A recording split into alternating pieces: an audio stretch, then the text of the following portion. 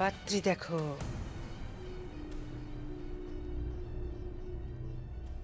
পাত্রী দেখো দিদি, পাত্রী দেখো।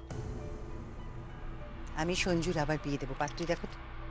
Are you joking? কি বলছো কি দিদি ভাই? I'm not joking. আমি সঞ্জুর আবার বিয়ে দেব, আবার বিয়ে দেবো আমি সঞ্জুর। হ্যাঁ দেখো, যশোর খুব শক্ত যে ওর ছেলের সংসার পাতা দেখবে, ওর ছেলের সংসার পাতবে। কথায় বলে সংসারে নাকি রমণীদের কথাই শেষ কথা। শুনলো না যশো, শুনলো না। আমাদের প্রত্যেকের আপত্তি সত্ত্বেও যশো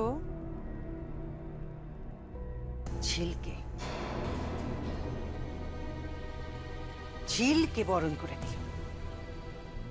বউ হিসেবে ও ঝিলকে এই বাড়িতে ঢুকতে দিল। আমি কিন্তু দিদি তখনই বলেছিলাম যে ওই মেয়েটাকে ঘাট ধাক্কা দিয়ে বাড়ি থেকে বার করে দাও, শুনলো না। এইবার ঠিক হয়েছে, ঝিল নিখোঁজ, মজা গেছে, আপদ বিদেয় হয়েছে। মেয়েটার বড্ড বেশি সাহস জান। ও সঞ্জুকে ISL ক্লাসে ভর্তি করেছে, পড়াশুনো করাচ্ছে, ওকে নাকি মানুষ করবে, সমাজে সকলের সামনে প্রতিষ্ঠিত করবে। কি হিসেবে?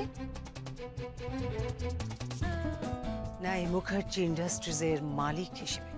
আচ্ছা তাই কখনো হয়? কখনো হয় বলো? সঞ্জিত মুখার্জি সে কখনো এই মুখার্জি ইন্ডাস্ট্রিজের মালিক হতে পারে? আমার ছেলে থাকতে। লীলা, তোর ছেলে তো পুলিশ লকআপে আছে, কোনো গ্যারান্টি আছে ও বেল পাবে? হবে, আমার ছেলে বেল পাবেই। পথের কাঁটা ছিল ঝিল, সে সরে গেছে, পাবেই। কিন্তু দিঘি যদি কোর্টে উঠে তোর শেখানো বুলি না বলে, তোর কথা না শুনে? শুনবেই দিদি, শুনবেই। কারণ দিঘির চোখে আমি লোভ দেখেছি। বোকা মেয়ে, ও ভাবছে আমি সত্যি সত্যি ওর মা হয়ে গেছি।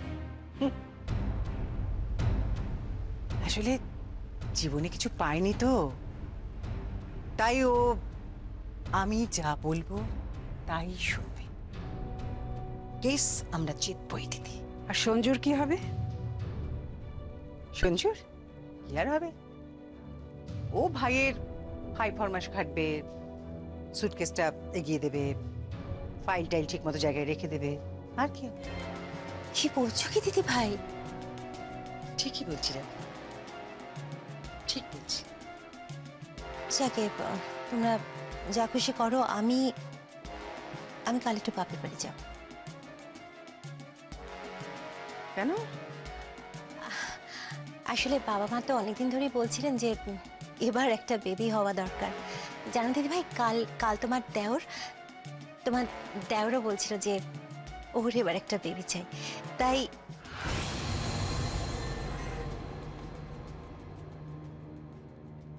তাই আমি এবার কনসেপ্ট করতে চাই।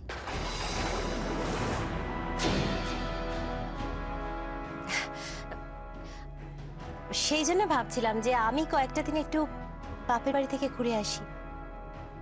এদিকে ঝিলও আর নেই, আর রঞ্জুরও তো। রাখা রাখা, এ বাড়িতে রঞ্জুর বেবি হওয়ার আগে আর কারো বেবি হবে না। কুল ডাউন লীলা, তো বিপি বেড়ে যাচ্ছে, শান্ত হও, শান্ত হও। যশোকে ফোন করেছিস? খবর নিয়েছিস ওখানকার? আই ডোন্ট কেয়ার দিদি।